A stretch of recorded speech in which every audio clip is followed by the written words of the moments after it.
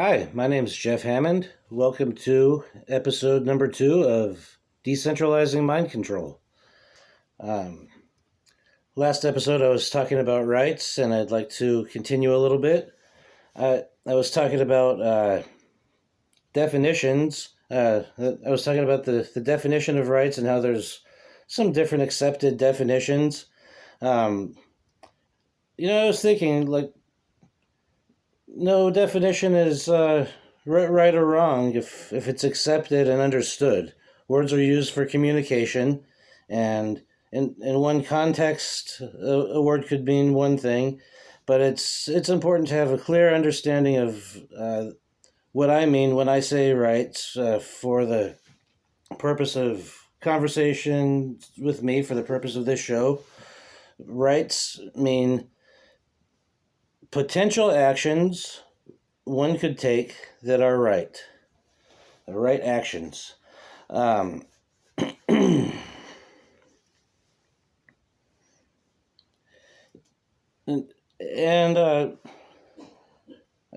rights are so important because they categorize actions between right and wrong, conscious actions.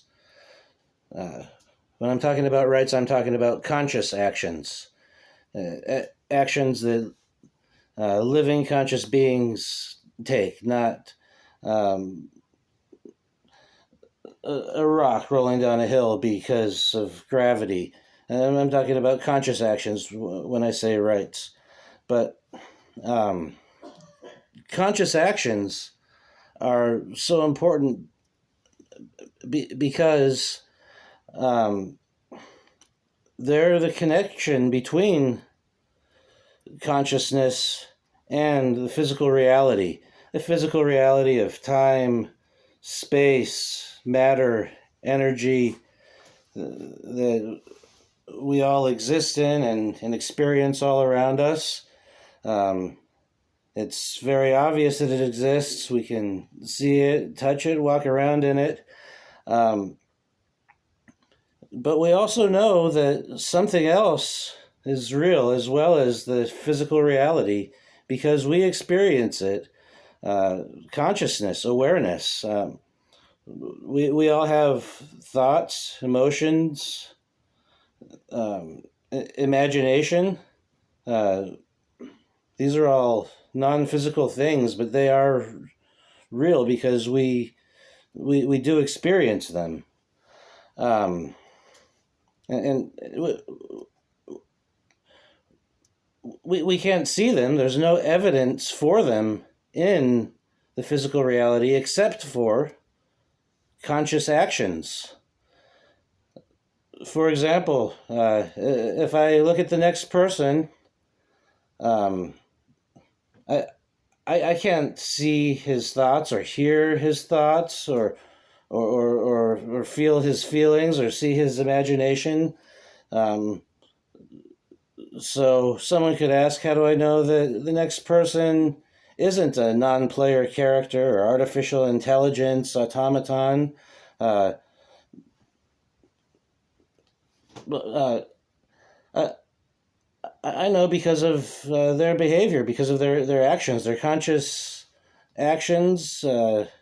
It makes them act like another conscious being, and that's how you can tell. That's how it's obvious. Everyone around is a real person. They have thoughts and feelings, just like me. I can only think my thoughts, but I know other people have thoughts because of the way they behave. But a rock just sits there and doesn't make any choices. It reacts. If it gets hit by another rock, it might bounce in another direction, but it's not choosing that action. Inanimate matter, as far as I can tell, doesn't have uh, thoughts or emotions because it doesn't have any behavior. It doesn't do anything. Um, some people think crystals have intelligence.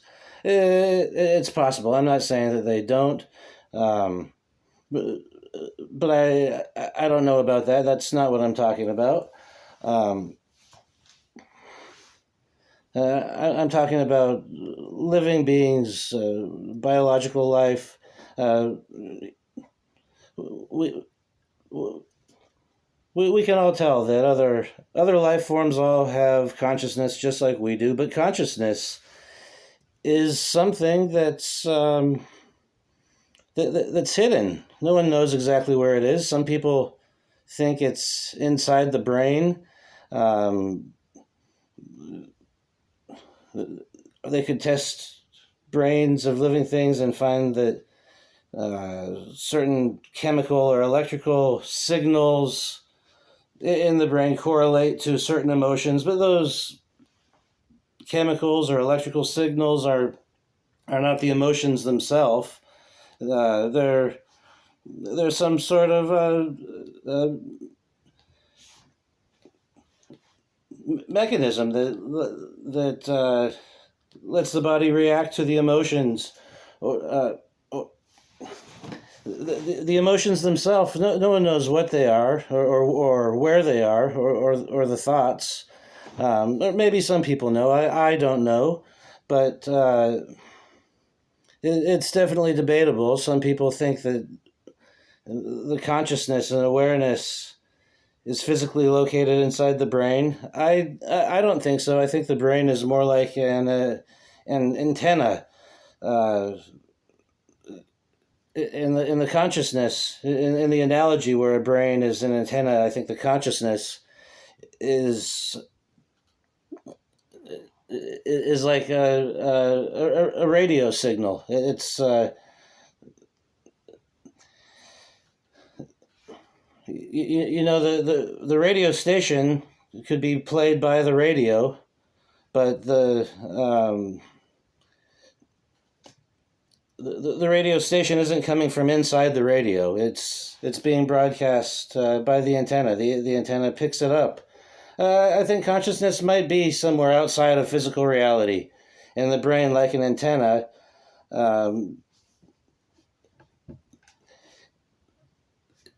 is something that broadcasts the consciousness. It uh, through the actions that the life form takes. But conscious actions, I think, are very special because they they're a connection between the consciousness, wherever that is, and the physical reality. People call the place where the consciousness exists a mental plane, and the 3D universe a physical plane. And I'll use that terminology. That's what I mean when I'm referring to the mental plane and the physical plane. But the mental plane definitely does exist. We all experience it, so we know that it exists. But we can't find it somewhere in this physical plane. As far as we know, it's separate, but it's connected through life forms. Life forms are special. We're different than inanimate matter. Uh,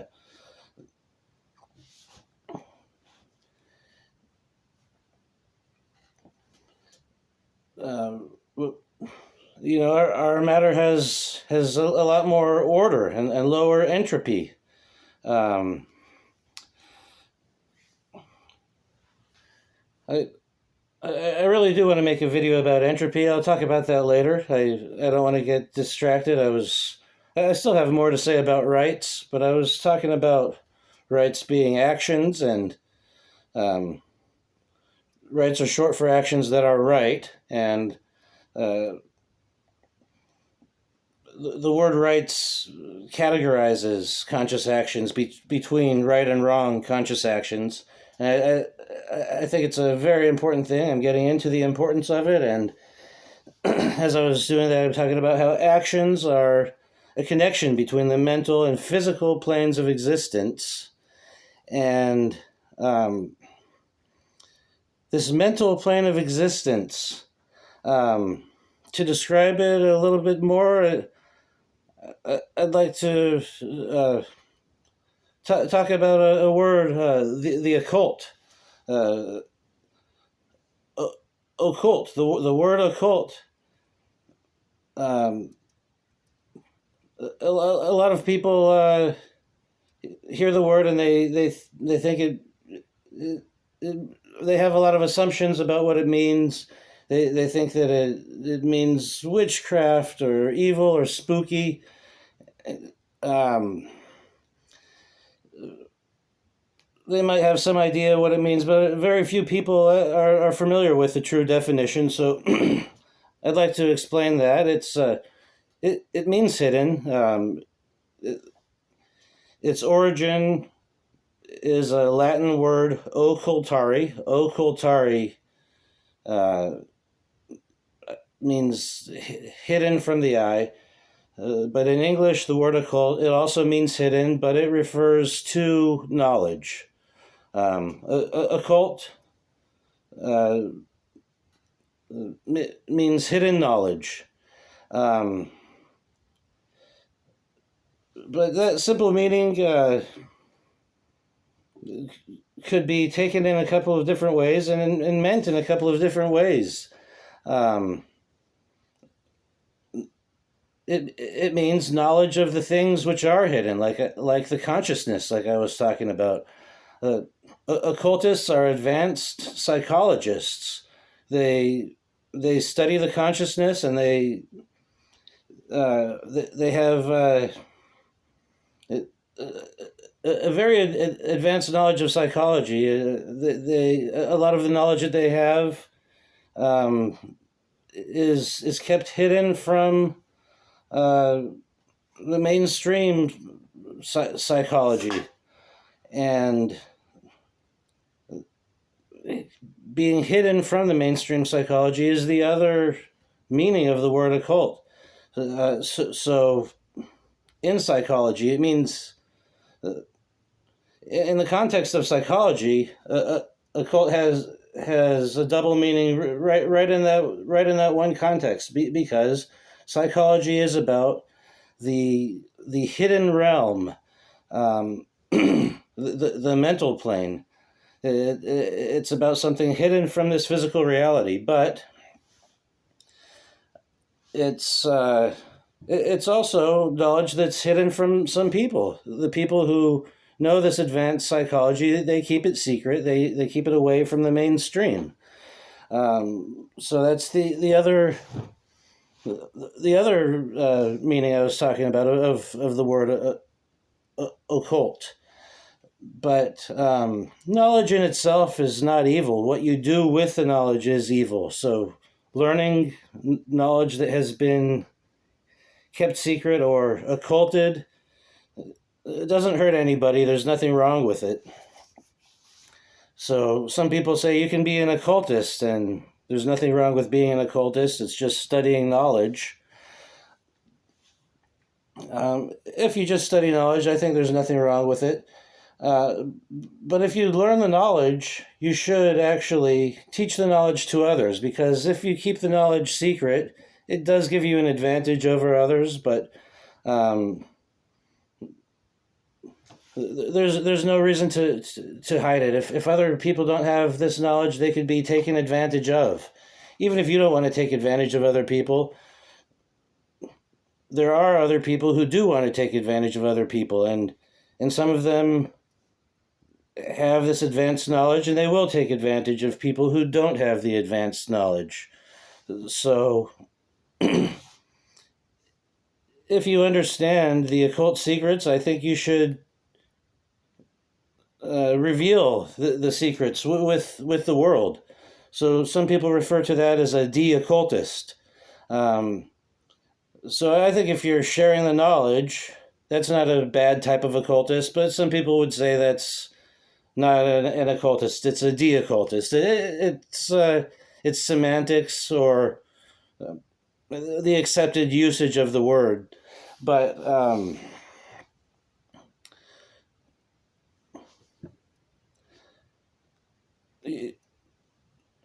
doing evil with the occult knowledge, I've heard it referred to as dark occultism.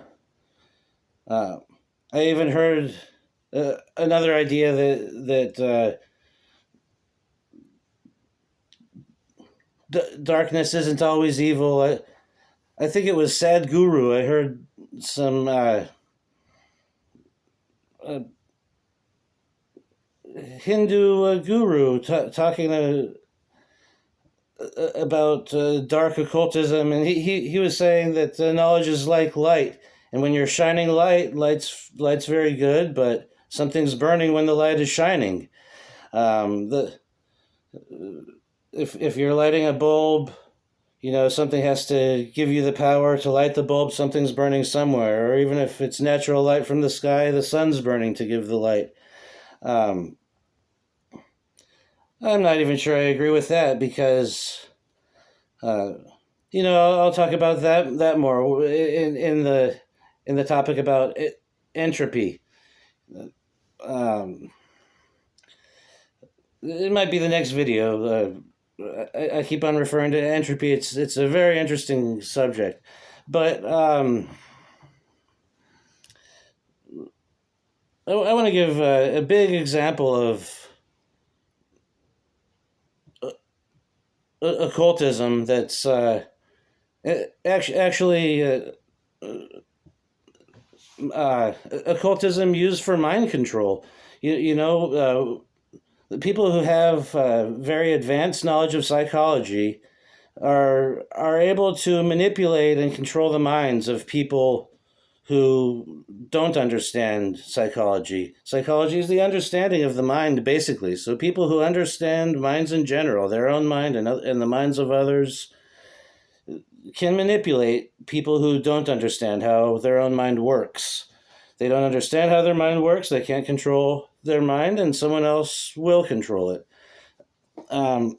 So a big example of the occult being used for mind control that we all experience every day, and we see it all around us everywhere, is government. And, government means mind control. To govern means to control. And the end part of the word "ment" comes from another Latin word "mente" that means mind. It means mind control, and it literally is mind control. It controls what we do, but it doesn't physically control what we do. I mentioned before the people are trying to really escalate the power of government and eventually put computer chips in our brains so they could physically control us by remote control. God forbid. I hope that never happens. But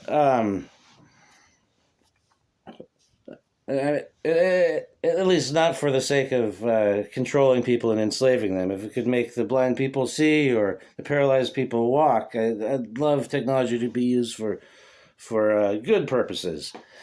But I want to carry a gun to defend myself or to defend some other innocent person who might be victimized.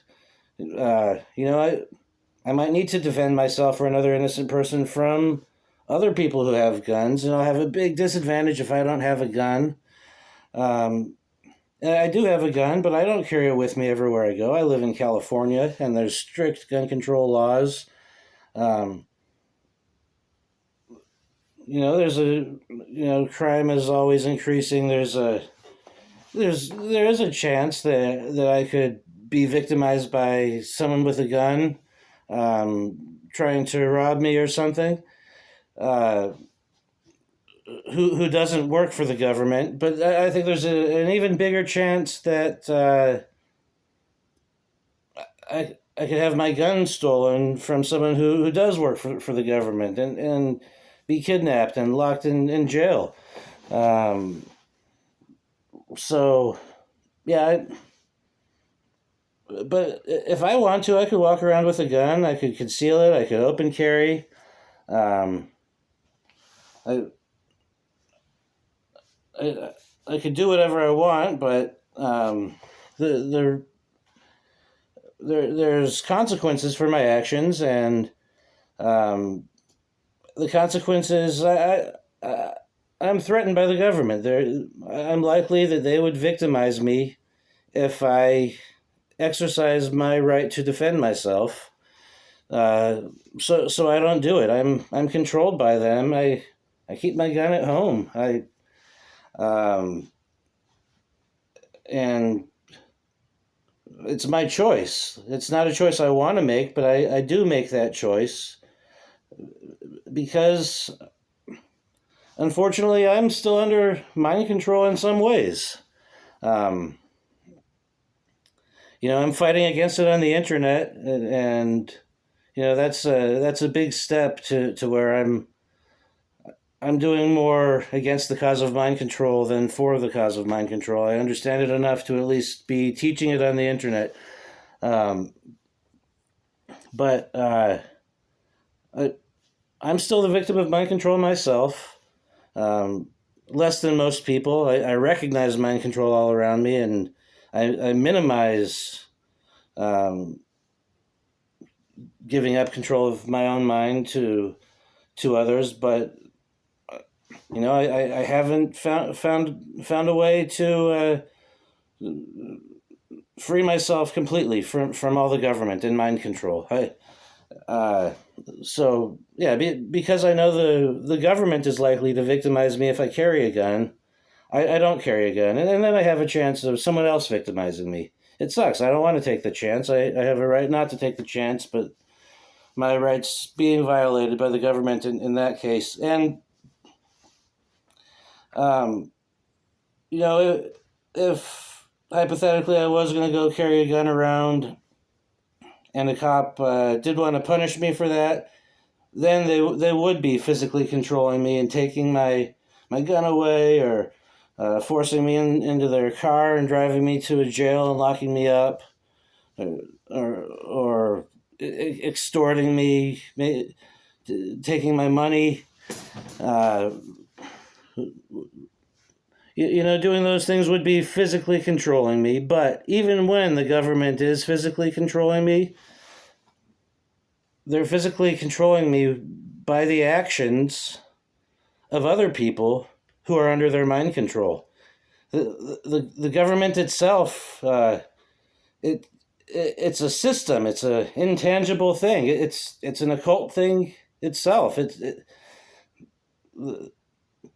The buildings aren't the government. The people aren't the government. They're buildings and people.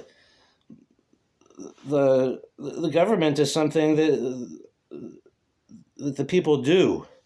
Um, it's the system uh, of behavior, the protocol. It's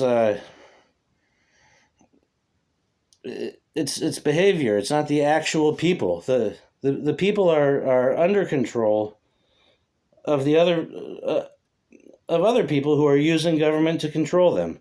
The cops who would be willing to victimize me for doing nothing wrong. I'm not hurting anybody. I'm just trying to defend myself or other innocent people. Um, the cops who would lock me up for that, they would be physically controlling me. But even to physically control me, I mean, most of the time they wouldn't even have to. I don't carry the gun in the first place, so I'm making a choice that's not the choice I want to make. I'm choosing the choice they tell me to choose, and that's one example of mind control right there. But the order followers, they're ignoring their conscience, and they're they're choosing the system of mind control instead, and they're the reason the government exists. It only exists as long as people believe in it, people enforce it and fund it and contribute to it, um, and enforce it. Without the order followers enforcing it, um, doing the will and the agenda of the government, it would not exist at all. But to get the people to enforce it, you have to get them to choose to do that. And to, to choose to enforce government, they have to follow the orders. They uh, instead of using their own mind and their own thoughts to make their decisions, they agree to make the decisions laid out for them by the government to follow the orders of the ones who are a higher rank than them, or to follow the orders that are written down and accepted by all the people who are part of the government. Um, and to even force those orders on other people who don't accept it.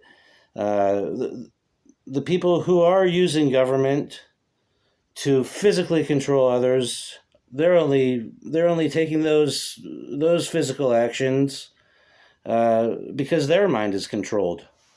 Um, this physical plane of reality is considered um, the plane of effects by occultists. This right here, this way of looking at things, the plane of effects and the plane of cause, that's considered occult knowledge. This is some of the knowledge that occultists study and learn how to affect reality. But thoughts and emotions, they're on the mental plane. The mental plane of existence is the causal plane. The physical plane is the plane of effects. So the causal plane is where everything starts. It has to exist in the mental plane before it can exist in the physical plane. To take a conscious action, you have to choose to take that action.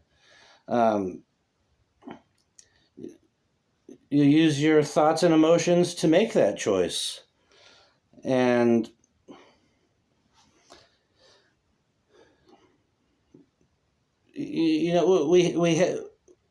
we're living in this physical world. We have our senses, our five basic senses, and maybe some others: the sight, sound, touch, smell, and taste. We can use those to detect things about our reality, and learn about what's going on in the world around us. And we can use our knowledge of cause and effect to choose actions that have a desired effect. And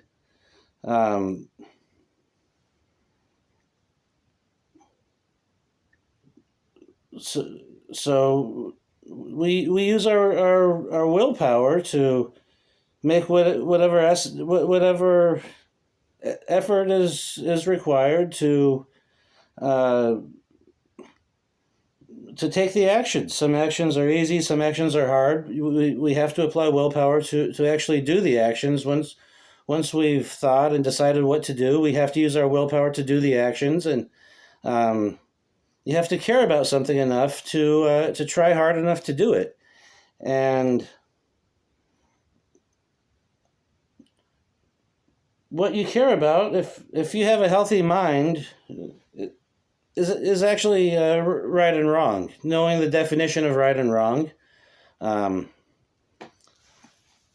going to try to make every episode half-hour long. I'm coming down to the last minute right now, but I would like to talk about rights a little bit more, and force and violence. I'll talk a lot more about occult, but I think I'll label the episode, the topic of this episode is going to be the occult. I've gave a little bit of a introduction to the meaning of occult, and actually, if you're watching this show, this is going to be an occult initiation. I consider myself a de-occultist, and there's a lot of occult knowledge that I don't know, but I understand it enough to understand right and wrong, and understand freedom is what's important. And I understand it enough to teach to teach the hidden knowledge and reveal the occult secrets. So, well, I'm gonna end the episode here. Thank you for listening, and um, uh, you can subscribe on YouTube or whatever other platforms I upload this to. I'll probably put it on Odyssey soon. But yeah, thanks for watching. I'll do another episode, and you can listen to the next episode. Bye.